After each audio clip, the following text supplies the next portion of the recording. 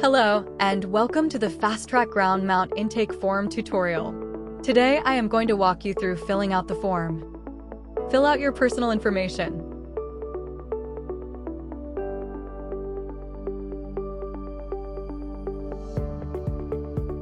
Select the account manager from our sales team that you work with.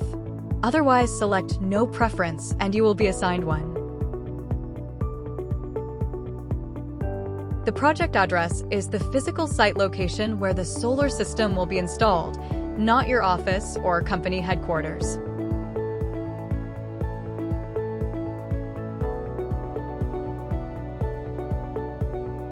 Insert the site information details. Include the rough site dimensions and how you want the arrays arranged. Upload any site drawings or other helpful documents. Select your module type and quantity. Choose between Fast Track Elite or GMX and your tilt angle. Click the Elite or GMX page at the top of this website to learn more about each product. Thanks for watching.